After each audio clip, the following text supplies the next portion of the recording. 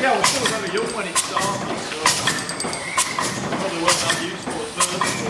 I like doing when they were building it. They did that when they were down there for you. And I said that to them, well, good. Well,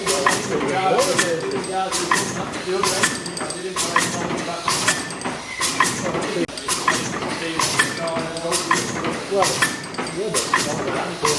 Yeah. No, I some parts, anywhere else.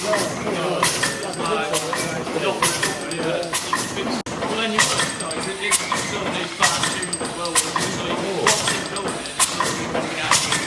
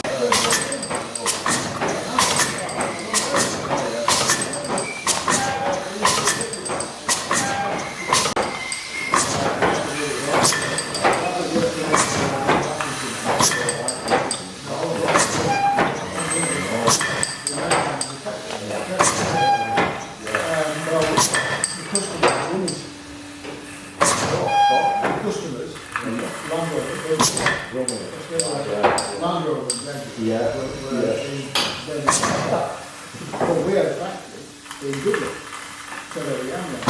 80% of it. Yeah. And they're the place on it. Oh no. They did get all the stuff. And also, they didn't have any bunkers. No.